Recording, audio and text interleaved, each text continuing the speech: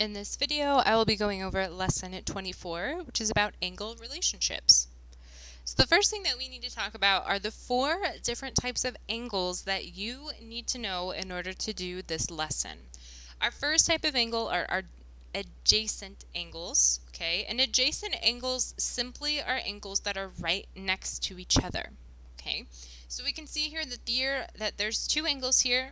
They share one side, right? The outer edge they share, and they're broken up by this arrow in the middle.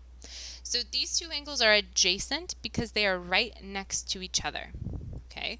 The next type of angle you need to know are vertical angles, and vertical angles are always opposite, okay? So if I look here at the center, or where my vertex is, I have a 75 on this side and a 75 on the other. These 2 angles where the 75s are vertical angles, okay? Vertical angles are always opposite, right? So they're opposite of each other. Another thing to know about vertical angles is they're always going to be the same. So if this side here is 75, that means this side over here is always going to be 75. So once you know one side, you instantly know the other, okay? The next one you need to know are complementary, and complementary angles are 2 angles that add up to 90 degrees. Okay, so complementary are 2 angles that add up to 90.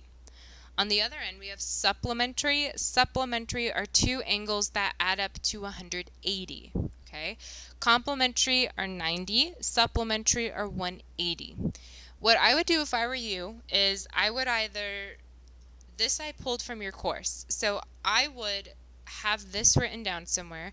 I would maybe take a picture of this so you have it so you can always view it, because knowing what each type of these angles mean is going to make solving these questions much easier.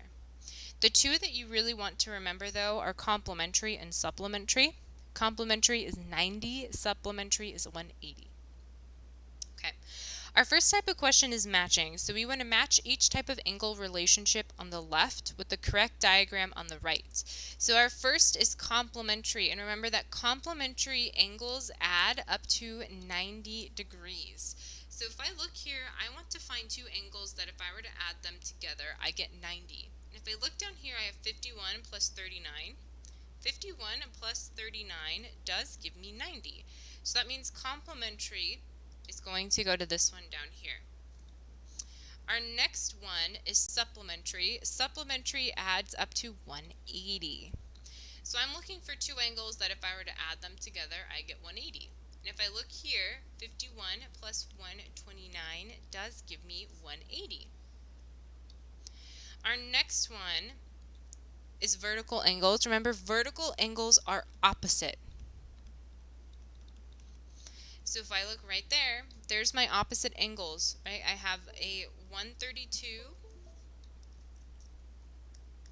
I have a 132 on one side, 132 on the other, and they are opposite of the vertex, right? They're opposite of each other, which means that our very last one, which is about adjacent angles, which are ones that are next to each other, is going to be this top one up here. Because these 2 angles are right next to each other, they're sharing that one side, they're touching, they are adjacent, right next to each other. So again, knowing what each of these mean is going to be very helpful. Our next question says that if 2 angles are blank, then the sum of their measures is 90 degrees. Remember, think, is it supplementary or complementary that when I add them together equals 90? If you were thinking complementary, you are correct. So 2 complementary angles add up to 90. If 2 angles are supplementary, then the sum of their angle of their measures is blank degrees. Remember, supplementary angles add up to 180. So 180 is our answer here. Our next question says angle A and angle B are supplementary. Okay, supplementary means that they add up to 180. The measure of angle B is 82.5 degrees. If B is a measure of angle A in degrees, which equation represents the relationship between the angle measures? Okay, well, remember that they're supplementary. Okay, so that means they have to add up to 180. So when I add these 2 together, I get 180, which means these ones that equal 90 are automatically wrong, okay?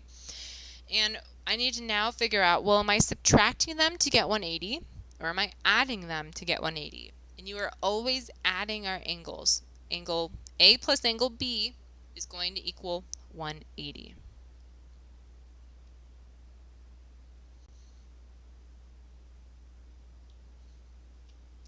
All right.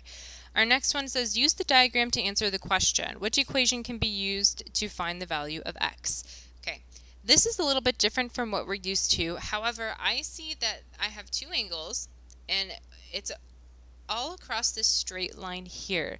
If you remember from a little, well, I guess back in the day, maybe not back in the day, hopefully 6th grade, a straight angle or just a straight line like this is going to have 180 degrees. Okay, so I know that the sum of these two angles, when I add them together, has to equal 180 because they're on top of a straight line. So again, I have to add these together. 2.4x plus 9.6x equals 180. So this is a visual representation of supplementary angles. And if I think back to here, right, I'm adding these two angles together. It's on a straight line, and they equal 180. Okay. All right, our next one. So this one's a bit trickier. We want to use the diagram, in the diagram Z and Y are the measures of two complementary angles. Also, the measures of one of the angles is 29.6 degrees. Which expression should be used to find the value of x? Okay, so I know that this 90 on the bottom, I'm crossing off right away because, again, this is on a straight line, which means I am at 180. Okay, so I know that one of my angle measures is 29.6. I know that if I take Z and Y, the two measures are complementary. Remember, complementary means that they add up to 90 degrees. So Z and Y, this Z and Y here, this adds up to 90 degrees. This is a right angle. Okay? And I am trying to figure out what X is. So if I take 180 and I subtract my known angle measures, so I know I have 29.6 and I know I have a 90. If I were to add these two together, that's going to give me the angle measure of this whole arc right here. Okay? Which means I need to use this equation to solve it. So 180 minus that 90 plus 29.6. I'm adding these two together here because I need to know what is the total measure of this big arc that I drew here. So that is why I am adding them together. Okay. So now what we're going to start doing is solving those three equations that we just set up to solve. Okay. The first one says that angle A and angle B are supplementary. The measure of angle B is 82.5 degrees. What's the measure of angle A? Okay. Well, I know that they're supplementary, right? Which means when I take A plus B, I'm going to get 180.